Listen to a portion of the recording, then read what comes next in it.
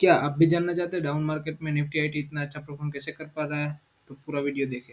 आप देख सकते हैं कि हमने हमारे टेलीग्राम चैनल पे इसको रिकमेंड किया था। तो देखते हैं इस निफ्टी आईटी में। देखिए ये वाला डिमांड जोन है जो वर्क कर रहा है। अब स्टॉक में देखते हैं कि कौन सा डिमांड जोन है जो वीकली जो आईटी के डिमांड जोन के साथ कोइंसाइड हो रहा है। तो कोफोज में ये वाला वीकली का डिमांड जोन काम कर रहा है। सिमिलरली एचसीएल टेक में भी वीकली का ये डिमांड जोन काम कर रहा है। इन्फोसिस में भी ये डेली की वीक काम कर रही है। फिर एम्फेसिस में आ जाइए तो इसमें तो प्रॉपर डेली का स्ट्रक्चर बना हुआ है और स्टॉक वहीं से चला है।